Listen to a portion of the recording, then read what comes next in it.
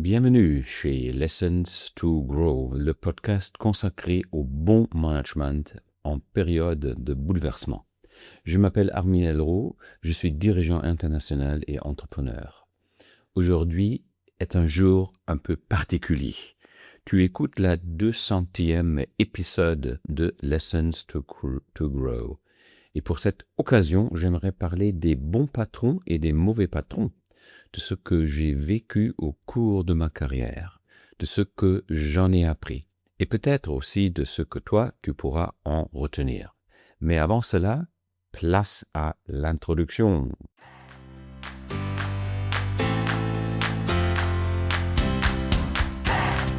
Les bons patrons, les mauvais patrons, c'est le titre de cet épisode. Tout le monde connaît le bon flic, mauvais flic. Beaucoup connaissent aussi Rich Dad, Poor Dad. Alors, père riche, père pauvre.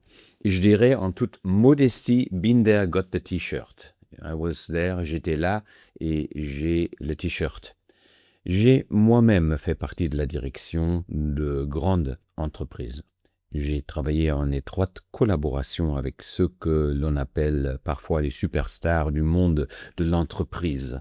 En Allemagne, au Royaume-Uni, en France, en Suisse, dans des environnements internationaux aussi bien à l'intérieur qu'à l'extérieur des organisations. Et j'en ai vu des choses. À l'occasion de ce 200e épisode, j'ai donc envie de lever un peu le voile sur certaines expériences.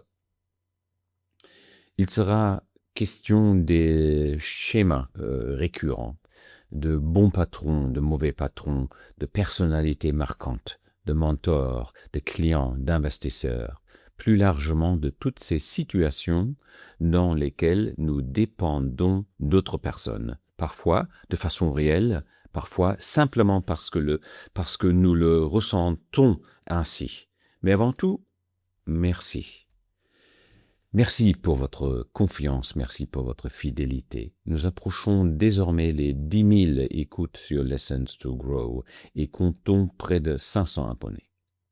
Et je suis sincèrement heureux de constater que ce partage d'expérience, nourri par près de 20 années de management international et plus de 10 années d'entrepreneuriat, trouve un écho auprès de vous.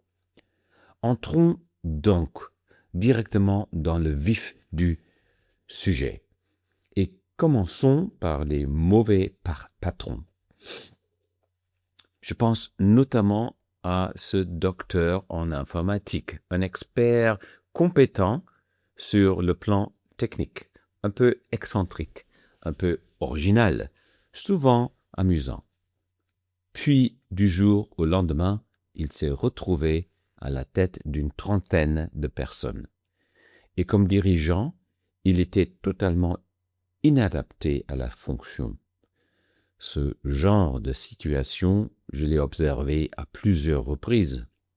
Un excellent expert, un original brillant, quelqu'un de très compétent sur le plan technique, puis un jour on lui confie une équipe. Et à partir de là, tout se complique. Les collaborateurs doivent apprendre à contourner certaines difficultés, à s'adapter, à trouver leurs propres solutions. Et, petit à petit, chacun construit ses propres chemins parallèles. Puis, il y avait une autre catégorie de dirigeants. Et celle-là est nettement plus difficile à vivre. Je parle de ceux qui compensent leur surcharge de travail, leur stress ou leur insécurité par des réactions émotionnelles excessives. J'ai connu toutes les variantes, jusqu'au véritable colérique. Il faut toutefois replacer les choses dans leur contexte. Au début de ma carrière, le management autoritaire était encore largement accepté. L'intimidation des collaborateurs faisait presque partie du paysage dans certaines organisations. Beaucoup de comportements considérés comme normaux à l'époque seraient aujourd'hui tout simplement inacceptables. Et c'est une bonne chose. Nous avons appris à faire avec. On encaissait, on prenait sur soi. On essayait simplement de traverser la tempête. Aujourd'hui, mon regard est différent. Je pense qu'un dirigeant doit savoir distinguer les émotions des faits. Celui qui veut diriger des personnes doit maîtriser ses émotions. Et plus elles sont fortes, plus cette maîtrise devient essentielle. Mon père disait parfois, lorsque nous étions enfants et que nous faisions preuve d'un peu trop d'entêtement, va donc te cogner 3 fois la tête contre un mur, peut-être que cela ira mieux après. Bien sûr, il ne fallait pas prendre cela au pied de l'athlète, c'était une image. Mais le message était clair. D'abord se calmer, respirer, puis regarder les faits. Alors, comment gérer ce type de patron face à un véritable colérique ou à quelqu'un qui utilise la pression psychologique comme méthode de management? Les options restent limitées. On peut essayer d'en parler directement. La plupart du temps, cela ne mène pas très loin. Ces personnes trouvent souvent des excuses ou des justifications. On peut également emprunter la voie officielle. Dans un grand groupe, cela signifie généralement passer par les ressources humaines. Mais cette démarche n'est pas toujours simple non plus. On vous reprochera parfois un manque de loyauté, ou l'on vous fera comprendre de manière plus ou moins subtile qu'il aurait mieux valu ne pas faire de vagues. Parfois même que vous êtes simplement trop sensible. Tout cela existe. Si quelqu'un humilie ses collaborateurs, les rabaisse ou les intimide de manière systématique, mon conseil aujourd'hui est simple. Utilisez les canaux officiels ou allez directement voir le dirigeant de l'entreprise. Et si celui-ci ne vous soutient pas, partez.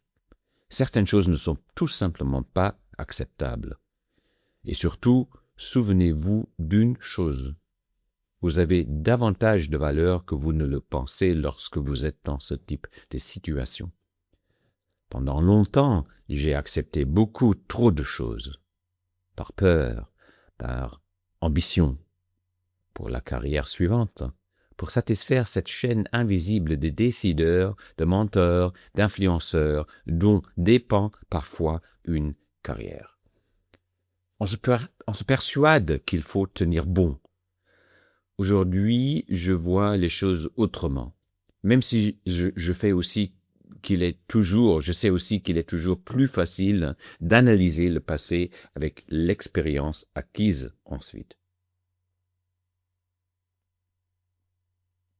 Un autre type de patron que j'ai rencontré, c'est celui que j'appelle pour les besoins de l'histoire le Rumpelstilzchen.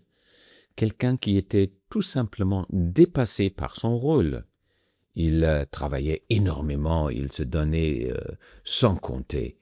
Il était même proche de l'épuisement. Mais malgré tous ses efforts, il n'avait ni les capacités intellectuelles, ni la profondeur professionnelle nécessaires pour occuper pleinement sa fonction. Dans son cas, il n'avait pas non plus de formation universitaire. En soi, cela ne signifie absolument rien. J'ai rencontré des dirigeants remarquables, sans diplôme prestigieux. Le problème n'était pas là. Le problème était qu'ils ne parvenaient ni à convaincre, ni à inspirer. Et cette faiblesse, il essayait de la compenser par une pression plus ou moins subtile. C'est là que l'on touche à un sujet fondamental, la dépendance. Cela peut arriver avec un patron, mais aussi avec un investisseur, avec un mentor, avec un client, avec un membre d'un conseil d'administration.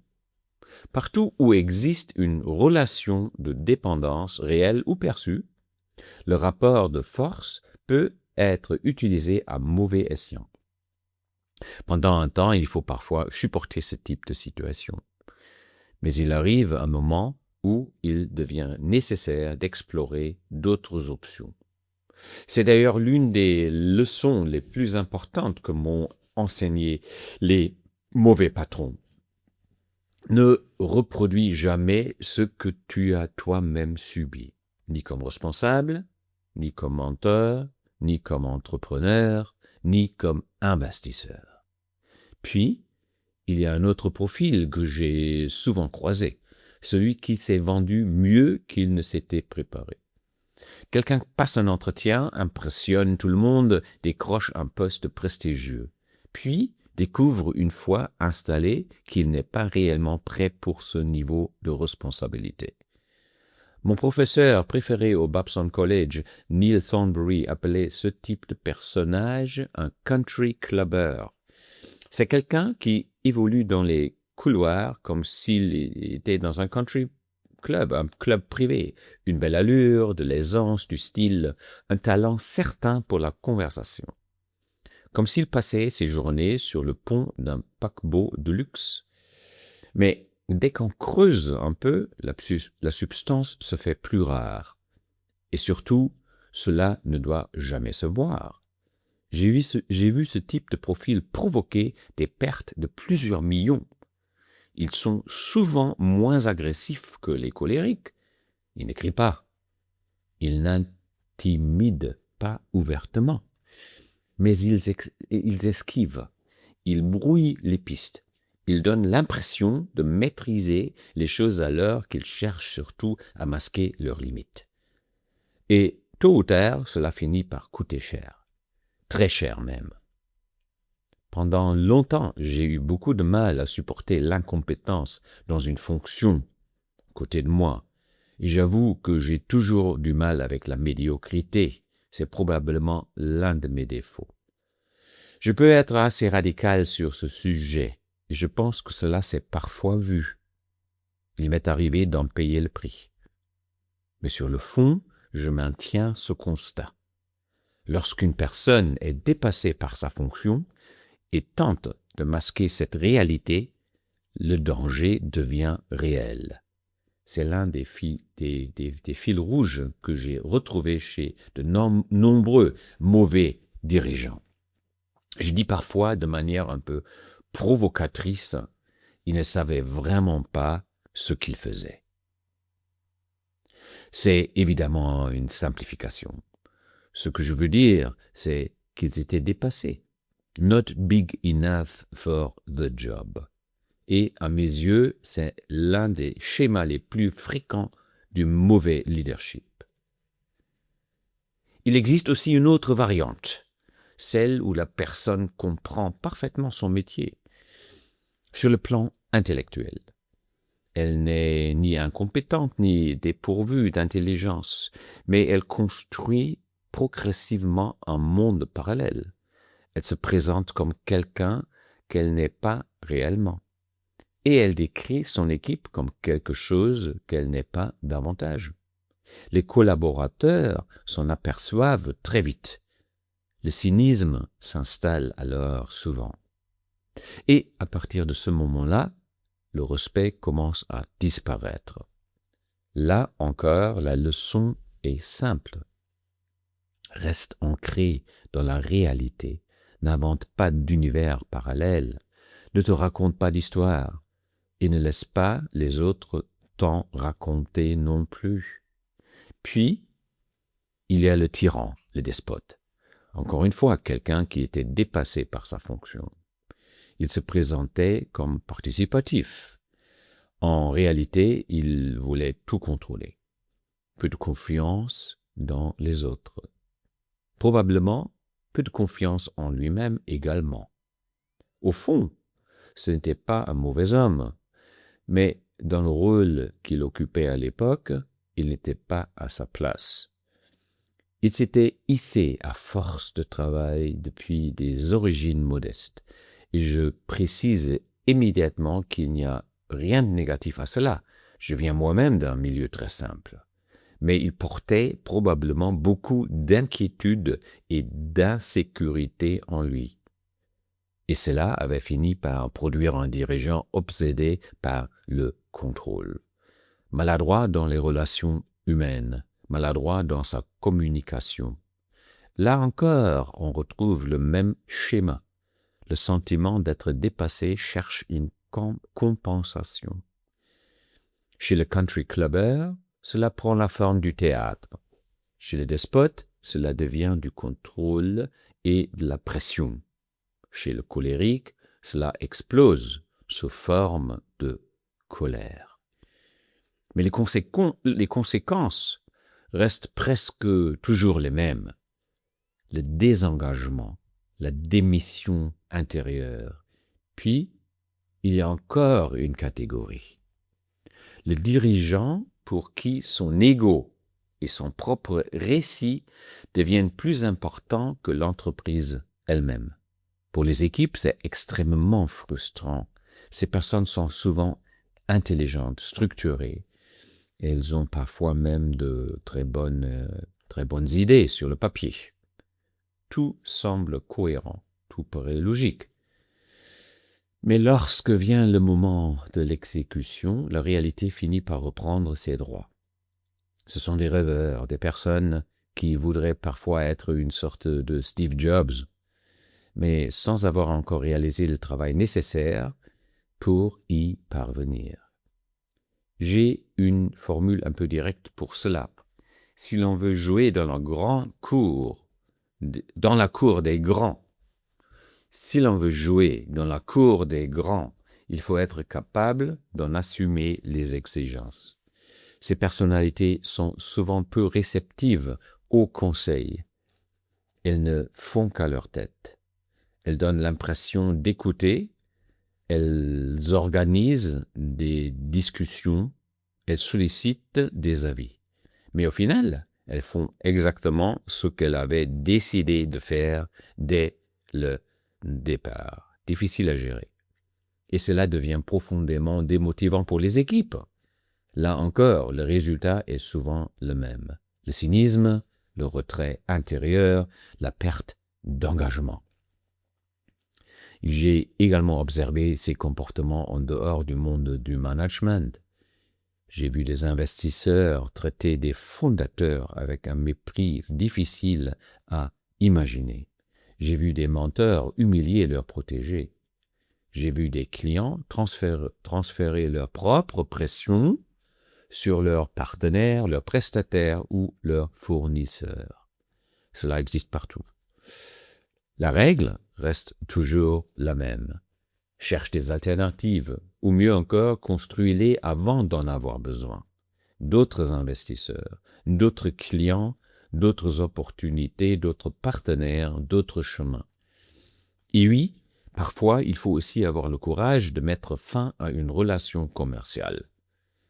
Il ne faut pas accepter n'importe quoi sous prétexte que l'argent est en jeu.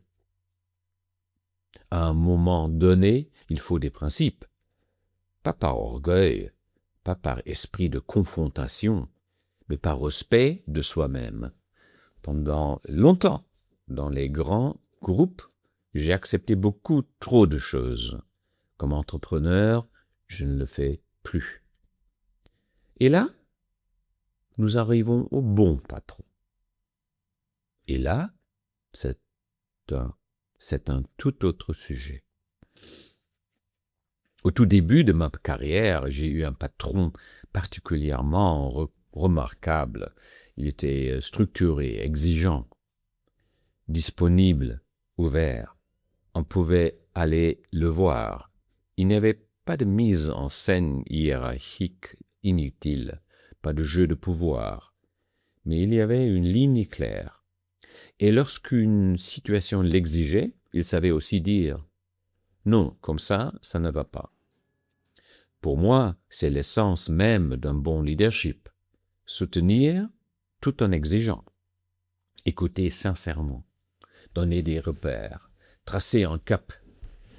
Puis, j'ai eu un autre responsable qui m'a profondément marqué parce qu'il prenait du temps. Du vrai temps. Même sur le fond des dossiers. Il relisait les offres. les propositions commerciales, les présentations, les rapports. Il contribuait à les améliorer. Il ne se contentait pas de commenter depuis son bureau.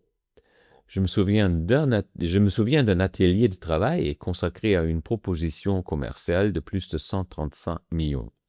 À un moment donné, il nous a interrompus et il nous a dit quelque chose qui m'est resté. « Écoutez, nous ne sommes pas ici pour organiser un atelier agréable avec quelques activités sympathiques et beaucoup de bonnes intentions. Nous sommes ici pour atteindre un objectif. Alors, de quoi avons-nous réellement besoin pour y parvenir ?» Puis venait sa formule. All hands to the pump. Tout le monde à la pompe. Tout le monde mobilisé. Tout le monde concentré sur l'essentiel. Ce sont des gens d'action, des bâtisseurs, des personnes qui font avancer les choses. Et puis, bien sûr, il y a eu Eduardo Montes. Je peux le citer sans hésitation. À l'époque, il dirigeait Siemens Espagne, une organisation qui représentait déjà plusieurs milliards d'euros de chiffre d'affaires. Il fut l'un de mes patrons avant de rejoindre plus tard le directoire mondial de Siemens. Alors, Eduardo, il a rejoint le directoire mondial de Siemens, un dirigeant exceptionnel. Qu'est-ce qui faisait sa force? Le focus, un focus absolu. Une grande rigueur, des attentes claires. Avec lui, on savait toujours où l'on en était. Pas de discours inutiles, pas de détours, pas de faux semblants. Et surtout, il incarnait lui-même ce qu'il demandait aux autres. Je me souviens de présentations de résultats que j'ai faites. Il examinait les chiffres, ligne par ligne, et soudain, il s'arrêtait et il disait « Armin, ça ne colle pas ». Puis il répétait « No me cuadra, Armin, no me cuadra » en espagnol, ça ne colle pas. Quelque chose lui paraissait incohérent. Alors il fallait expliquer, comprendre, justifier. C'est aussi cela, le leadership. Être prêt à entrer dans le détail lorsque c'est nécessaire. Ne pas simplement exiger, montrer l'exemple, être impliqué. Après mes années à l'étranger, j'ai également rencontré une autre personne qui m'a beaucoup appris sur un sujet très différent. La sérénité. Ou plutôt, pour être précis, quelqu'un qui m'a souhaité davantage de sérénité. C'est la première personne qui m'a fait prendre conscience de ce sujet. Dans une dédicace discrète glissée dans un livre. Je m'en souviens encore aujourd'hui. Cela remonte à plus de 20 ans. Et depuis, je travaille sur cette dimension de ma personnalité. La sérénité est probablement l'un des plus grands défis de ma vie. Comme on dit souvent, la prise de conscience est déjà un premier pas. Et à tous ceux qui vivent sous pression, je ne peux donner qu'un conseil. Travaillez votre sérénité. Si elle ne vous est pas donnée, naturellement. Je pense aux entrepreneurs, aux dirigeants, aux managers, aux responsables de PME, à tous ceux qui écoutent ce podcast. La pression fait partie du métier et pour certains, elle est permanente. Or, la pression permanente finit toujours par avoir un coût. Pour moi, la sérénité commence par une idée simple. Accepter la réalité telle qu'elle est. Ne pas lutter contre les faits. Ne pas souhaiter qu'ils soient différents. Les regarder en face. Puis se demander quelle est la meilleure réponse possible à cette situation. C'est évidemment plus facile à dire qu'à faire. Certaines personnes possèdent cette qualité naturellement. Mon père, par exemple, il a aujourd'hui 90 ans. Ma grand-mère paternelle possédait cette même forme de calme. Mon beau-père également. J'ai toujours admiré cela. Personnellement, je doute d'atteindre un jour ce niveau. Je suis construit autrement. Davantage de moteur, davantage d'ambition, davantage d'envie de réussir. C'est probablement le revers de la médaille. Comme le disait Bruce Lee, « Be happy, but never satisfied ». Sois heureux, mais jamais satisfait. Pourtant, lorsqu'on dirige des personnes, une certaine forme de sérénité devient indispensable. Nous avons récemment connu un premier trimestre qui n'était pas particulièrement brillant dans mon agence. Rien de dramatique, rien qui menaçait l'existence de l'entreprise, mais certainement pas un trimestre qui nous donnait envie de sabrer le champagne. Dans ce genre de situation, il faut regarder la réalité avec calme et lucidité. Examiner les coûts fixes et identifier ce qui est réellement nécessaire. Comprendre ce qui stabilise l'activité. Puis revenir aux fondamentaux, aux bases. Dans notre métier, cela signifie reprendre les conversations avec le marché, par exemple, créer de nouvelles opportunités, parler aux clients, lancer de nouveaux échanges, retrouver un rythme d'action régulier, stable, presque statistique, faire le travail, tout simplement. C'est ce que nous avons fait, et les résultats sont venus. Cela aussi relève de la sérénité, ou peut-être davantage de la lucidité. À vrai dire, la lucidité m'est plus naturelle que la sérénité. Revenons maintenant aux figures de leadership qui m'ont marqué. L'une des plus importantes fut ce mentor qui m'a confié des responsabilités très tôt dans ma carrière. À l'époque, il dirigeait une entreprise pesant plusieurs milliards. Moi, j'occupais encore un poste relativement modeste dans l'organisation. Et pourtant, il m'a remarqué. Un jour, il m'a envoyé à Sydney. Je devais évaluer une opportunité d'externalisation pour la Commonwealth Bank of Australia, une grande banque, je peux le dire aujourd'hui, c'était une autre époque. Et ma mission consistait à préparer une recommandation stratégique destinée à la direction pour une mission, un projet d'outsourcing. J'ai pris cette responsabilité extrêmement au sérieux. Évidemment, lorsqu'une personne de ce niveau vous fait confiance, vous avez envie d'être à la hauteur. Je pense avoir fait du bon travail. Et lui aussi le pensait. C'est là que j'ai compris quelque chose d'essentiel. La confiance crée souvent les conditions de la performance. Voilà un exemple typique de bon leadership. Vous confiez à quelqu'un davantage de responsabilités qu'il ne pense pouvoir en assumer. Un peu plus, pas beaucoup plus, juste assez pour provoquer une progression. Comme disent les Américains, « bite off a little more than you think you can chew ». Mais ensuite, vous restez présent, vous êtes disponible, vous accompagnez, parce qu'autrement, la personne risque simplement de s'étouffer avec ce morceau trop ambitieux. Les grands dirigeants savent faire cela. Ils font confiance. Pas aveuglément. La confiance doit toujours être méritée. Mais là aussi, nous avons un grand malentendu des fois. Mais ils font confiance, ils exigent, ils créent du dépassement de soi. Et surtout, ils ne vous abandonnent pas lorsque les difficultés arrivent. Puis est arrivé David Andrews, l'un des dirigeants les plus marquants de toute ma carrière. Je le cite volontairement aussi, parce qu'il le mérite. Avec ce mentor qui m'avait envoyé à Sydney et avec Eduardo Montes, David Andrews fait partie des personnes qui m'ont le plus influencé. Peut-être même la plus influente. Et il avait une particularité assez rare. C'était le seul dirigeant dont les interventions pouvaient parfois me donner la chair de poule. Pourquoi ? Parce qu'il réunissait plusieurs qualités rarement présente au même niveau chez une seule personne.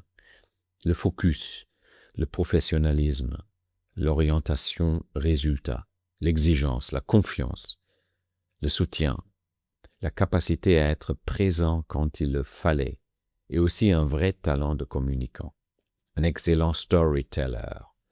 Mais ce qui m'a le plus marqué chez lui, c'était son courage de défendre ses principes. Je travaillais alors sur des contrats BPO, Business Process Outsourcing, représentant parfois plusieurs centaines de millions. À partir d'un certain stade du processus de vente, nous avions une règle très simple. Nous voulions l'exclusivité. Plus de discussions parallèles avec nos concurrents. Un jour, un très grand groupe international a refusé cette condition.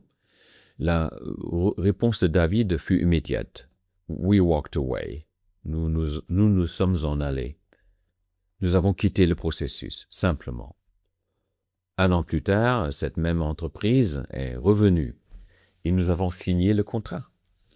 Mais ce type de courage suppose une condition préalable. Ne jamais devenir dépendant d'une seule transaction, d'un seul client, d'un seul contrat. La solidité économique donne la liberté stratégique. Et cette leçon m'est restée, parce que je n'avais jamais vu auparavant une telle cohérence entre les principes affichés et les décisions prises. Et chez Andrews, il y avait encore autre chose, quelque chose que je n'ai pratiquement jamais revu depuis. La discipline d'exécution. Chez Andrews, il y avait cette qualité supplémentaire que je n'avais jamais observée, comme j'ai dit. Et je ne l'ai jamais retrouvée depuis. Cette discipline d'exécution, la discipline de mise en œuvre. Il y avait une ligne claire. Lorsqu'une décision était prise, elle était exécutée. On ne revenait pas dessus tous les 3 jours. On ne regardait pas constamment à gauche et à droite pour vérifier si une autre option paraissait soudain plus séduisante. Parfois, la décision n'était pas parfaite. Parfois même, elle s'avérait erronée. Mais elle était exécutée. Cette capacité d'exécution m'a profondément impressionné. À ce niveau, je l'ai rarement revu. C'était remarquable. L'orientation vers les chiffres était également essentielle. Je repense souvent à une autre entreprise américaine pour laquelle j'ai travaillé. Là-bas, une phrase revenait constamment. « Give me the numbers » « Donne-moi les chiffres ». Comment se porte l'activité? Où en sommes-nous? À la fin, les chiffres racontent toujours une histoire. Et ils mentent rarement, ils disent toujours la vérité. À quoi sert-il que tout le monde soit heureux, que tout le monde s'apprécie si l'entreprise perd de l'argent? Cela n'a aucun sens. Les chiffres doivent être au centre des discussions, mais toujours accompagnés de soutien, d'échange et d'accompagnement. Je me souviens d'un appel avec mon supérieur américain. J'étais dans un train entre Berlin et une autre ville en Allemagne. C'est l'ICE, l'équivalent du TGV en France. Mes chiffres n'étaient pas bons. La conversation a duré peut-être 10 secondes. Il m'a dit « Armin, we can't lose that much money, so do something about it. » On ne peut pas perdre tant d'argent, alors fais quelque chose. Puis il a raccroché. Le message était parfaitement clair, mais je savais également une chose, si j'avais besoin de lui, il serait là. Alors j'ai agi, et lorsque la situation s'est redressée, j'étais de nouveau, comme disent les Anglais, « in his good books ». La clarté est importante. Les messages clairs sont importants. Ensuite, il y a eu le grand dirigeant le dirigeant, pas le grand dirigeant, mais le dirigeant d'un grand groupe de télécommunications. Oui, un grand dirigeant aussi pour moi. Il n'était pas mon supérieur direct, mais il faisait partie des personnes que j'observais avec attention. Il dégageait une véritable présence, pas cette autorité artificielle du despote qui contrôle tout et tout le monde. Une autre forme de présence, une expérience internationale, une ouverture au monde, le goût des langues, une curiosité sincère pour les cultures. Il n'était pas français, mais il parlait français à un niveau très remarquable. Si tu veux devenir un grand dirigeant international, parler anglais ne suffit pas. Tu dois t'immerger dans d'autres cultures. Tu dois t'y intéresser sincèrement. Tu dois aimer comprendre les gens. Tu dois être capable de les ressentir. C'est là que commence le véritable leadership international. Et les meilleurs possèdent également une vision. Ils savent gérer, ils savent diriger. Mais surtout, ils savent formuler une vision capable d'entraîner les autres. La vision la plus forte que j'ai vécue personnellement remonte à mes années en Angleterre. Je dirigeais alors une équipe de conseil avant-vente. Nous étions une douzaine, tous jeunes, tous ambitieux, tous diplômés de MBA ou équivalent, tous impatients de relever de grands défis. Nous travaillions dans un environnement extrêmement international autour de contrats BPO, Business Process Outsourcing, complexes représentant parfois plusieurs centaines de millions. Et notre vision tenait en 3 mots. Bon, ce sont 4. We make a difference. Nous faisons la différence. Cela paraît un peu simple, mais cette phrase avait une véritable force. Nous ne voulions jamais quitter un projet ou quitter le bureau le soir en ayant l'impression que notre présence n'avait servi à rien. J'avais déjà vécu cela auparavant, moi, pendant près de 2 ans, et je sais à quel point ce sentiment peut être destructeur. Je voulais ressentir chaque jour que j'avais apporté quelque chose à mes clients, à mon entreprise, aux actionnaires, aux investisseurs, à mes collègues, à mes équipes. Les grands dirigeants savent créer cela. Ils donnent du sens, ils formulent une vision, ils donnent envie de contribuer à quelque chose qui dépasse le simple quotidien. Ils possèdent une véritable stature internationale et surtout, ils ont de la substance.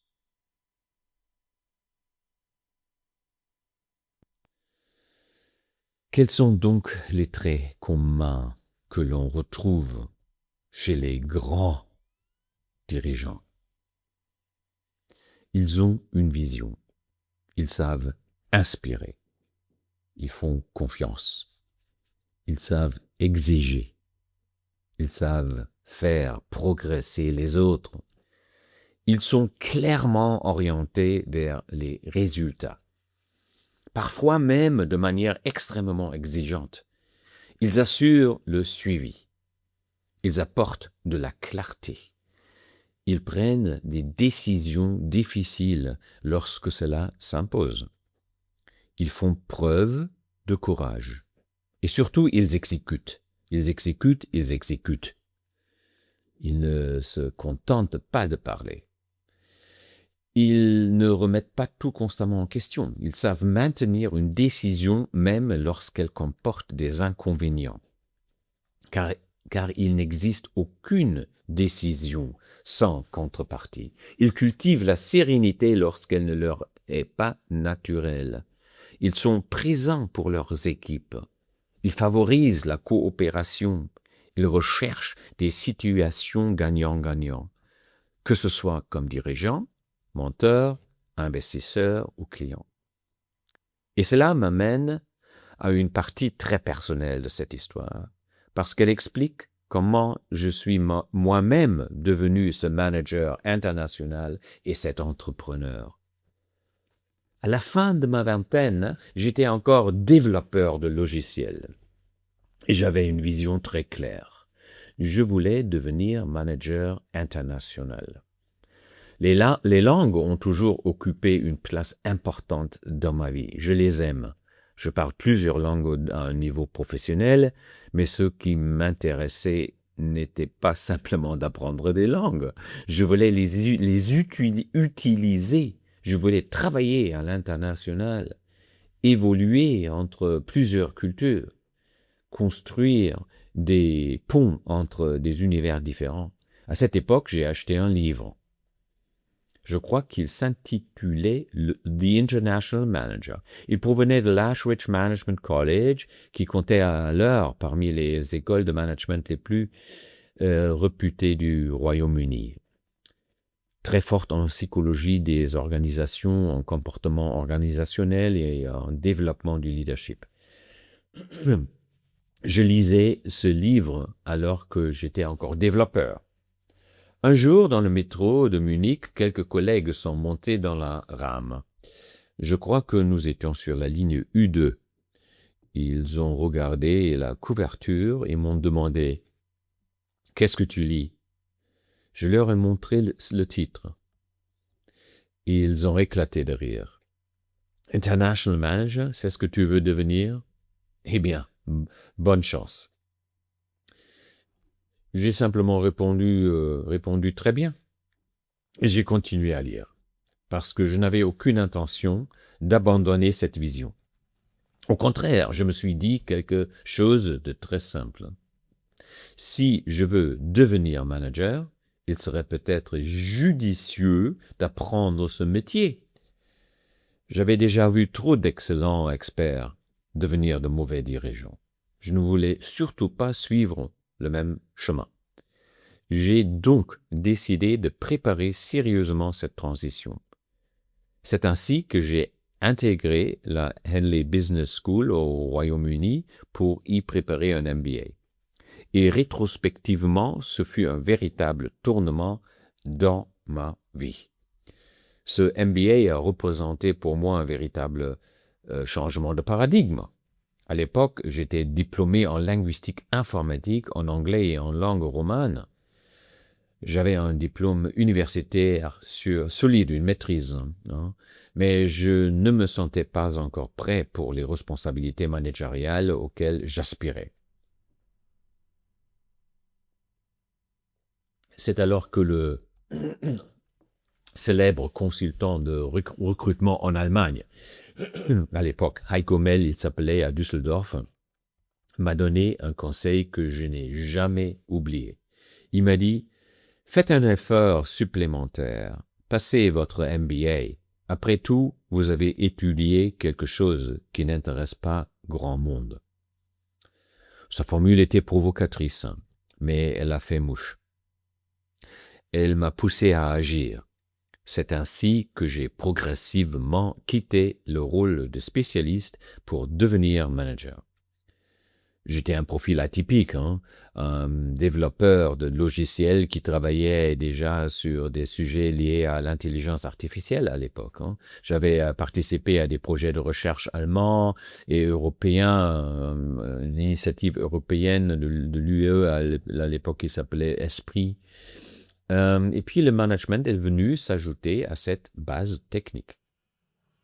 Et soudain, tout s'est accéléré. À 37 ans, je faisais partie du cercle dirigeant d'un grand groupe international. J'étais parmi les plus jeunes. J'évoluais dans des environnements extrêmement complexes.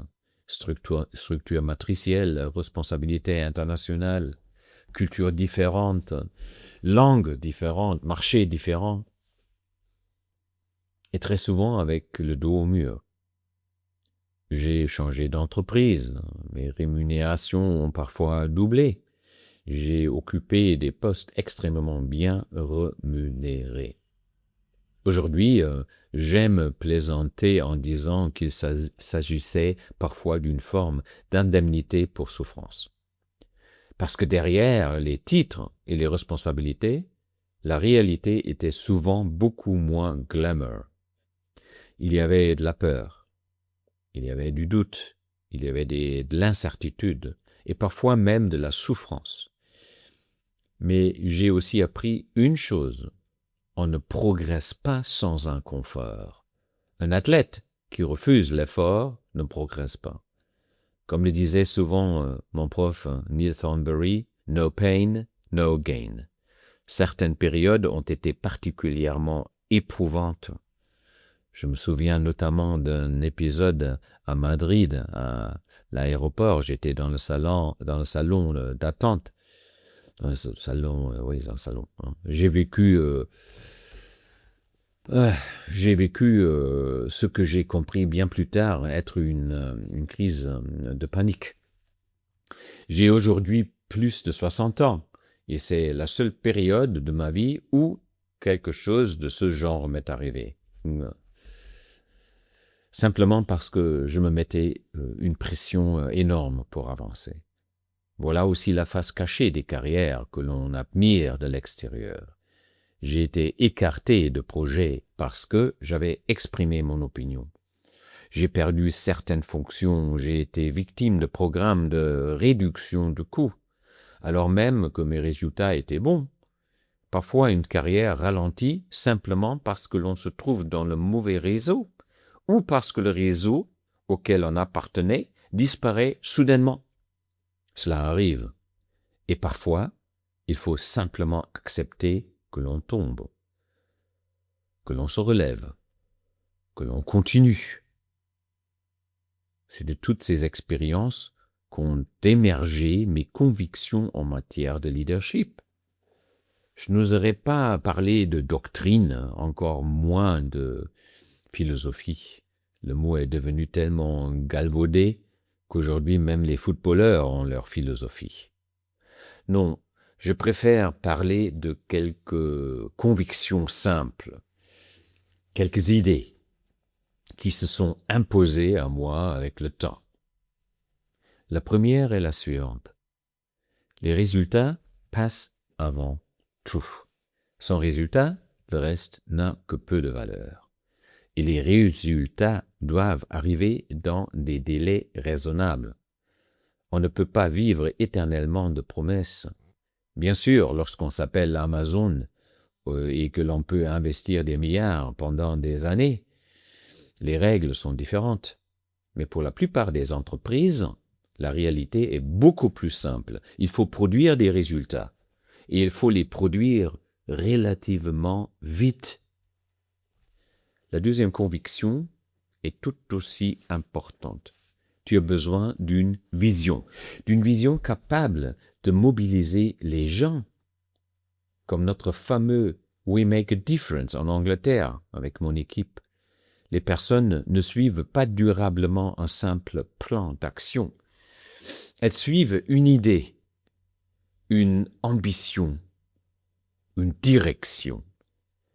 Elles veulent sentir qu'elles participent à quelque chose qui a du sens. La troisième conviction est simple. Tu dois être là pour tes équipes. C'est indispensable. Tu ne peux pas célébrer les succès lorsque tout va bien, puis chercher des coupables lorsque les choses tournent mal. Un dirigeant assume les deux, les réussites comme les difficultés. La quatrième conviction concerne un sujet souvent sous-estimé, la capacité à accepter la critique. Tout le monde affirme être ouvert à la critique. C'est facile à dire. Mais lorsque la critique devient réellement directe, lorsque quelqu'un remet en question tes décisions, ton comportement ou tes résultats, la situation devient beaucoup plus inconfortable. C'est là que commence le véritable travail sur soi et le leadership. Il faut savoir écouter, réfléchir, accepter que l'on puisse se tromper et chercher à progresser. La cinquième conviction pourrait se résumer par une phrase anglaise. Check your ego at the door. Laisse ton ego à la porte. L'ego est rarement un bon conseiller. Ce qui compte, ce sont les faits, la compétence, la réalité. Il faut parfois avoir le courage de faire demi-tour, de reconnaître qu'une décision était mauvaise, de changer de cap, plutôt que de continuer vers le précipice simplement parce qu'on s'est publiquement engagé dans une direction. J'ai vu trop de dirigeants s'enfermer dans leur propre récit. Et cela finit souvent mal. Enfin, ça peut détruire tout. La 6e conviction. Exiger beaucoup, mais accompagner tout autant. Comme le dit une formule que j'aime bien, make them grow by demanding a lot. Fais grandir les gens en leur demandant beaucoup. Mais sois également présent, soutiens-les, aide-les, reste humain, exige des résultats. Sois clair lorsque les choses vont bien, sois tout aussi clair lorsqu'elles ne vont pas bien. N'aie pas peur des conversations difficiles et n'aie pas peur non plus de prendre des décisions impopulaires lorsque c'est nécessaire. Voilà, au fond, ce que j'ai appris au fil de toutes ces années. Et c'est aussi ce que j'essaie d'appliquer aujourd'hui dans mon entreprise. Ce qui me touche particulièrement, c'est que mes collaborateurs et collaboratrices me renvoient souvent exactement ces qualités lorsque nous échangeons. Ils parlent de motivation, de capacité à décider, de communication, d'écoute, de respect, de confiance, de transparence, de responsabilité, d'exigence. Et cela me fait naturellement plaisir, non, ce retour, parce que cela signifie qu'une partie des leçons apprises auprès des bons dirigeants comme des mauvais a finalement trouvé sa place. Pour conclure, voici quelques principes simples. Les choses à éviter d'abord. Ne masque pas ton manque de préparation. Ne construis pas de faux récits. Ne compense pas ton insécurité par la pression. Ne deviens pas colérique. Ne rabaisse jamais tes collaborateurs. Ne fais pas semblant de consulter alors que tu as déjà décidé. Ne place pas ton ego au-dessus de l'intérêt collectif. N'abuse jamais une relation de dépendance. Et si tu te retrouves toi-même dans une situation de dépendance malsaine, cherche des alternatives. D'autres investisseurs, d'autres clients, d'autres opportunités, d'autres patrons. Parfois, partir est la meilleure décision. Et maintenant, les choses à faire. Comme leader, apporte de la clarté, donne une direction, fais confiance, exige, fais progresser, écoute, décide, reste ancré dans les faits, cultive la sérénité, reviens aux fondamentaux lorsque la situation devient difficile, regarde les chiffres, reste humain, sois présent pour tes équipes, transforme le potentiel en responsabilité, assume les conséquences de tes décisions, sois courageux et surtout, fais la différence. Make a difference. C'est probablement la phrase qui m'a le plus accompagné tout au long de ma carrière. Je suis profondément reconnaissant d'être arrivé à ce 200e épisode et je suis encore plus reconnaissant que vous soyez toujours là. Merci pour votre confiance, merci pour votre fidélité. Parfois, vous serez d'accord avec moi, parfois non. Et c'est très bien ainsi, parce que c'est aussi grâce à ces échanges que l'on progresse. Lessons to Grow continue, avec de nouveaux entretiens, de nouvelles analyses, de nouvelles expériences de terrain. Et bien sûr, avec les C-Level Views, dans lesquels des dirigeants remarquables de grands groupes internationaux comme de PME viennent partager leur expérience. Avant de nous quitter, j'aimerais dédier cet épisode à toutes les personnes qui m'ont permis d'apprendre, à mes anciens patrons, à mes mentors, à mes coachs, à mes clients, à mes investisseurs, à mes collègues et à tous les collaborateurs avec lesquels j'ai eu la chance de travailler, et tout particulièrement à Uwe von Grafenstein, mon coach en storytelling, parti beaucoup trop tôt de ce monde. Sans lui, il n'y aurait probablement jamais eu 200 épisodes de Lessons to Grow. Merci Uwe et merci à vous tous. Je me réjouis déjà des 200 prochains épisodes. D'ici là, it's all about growth.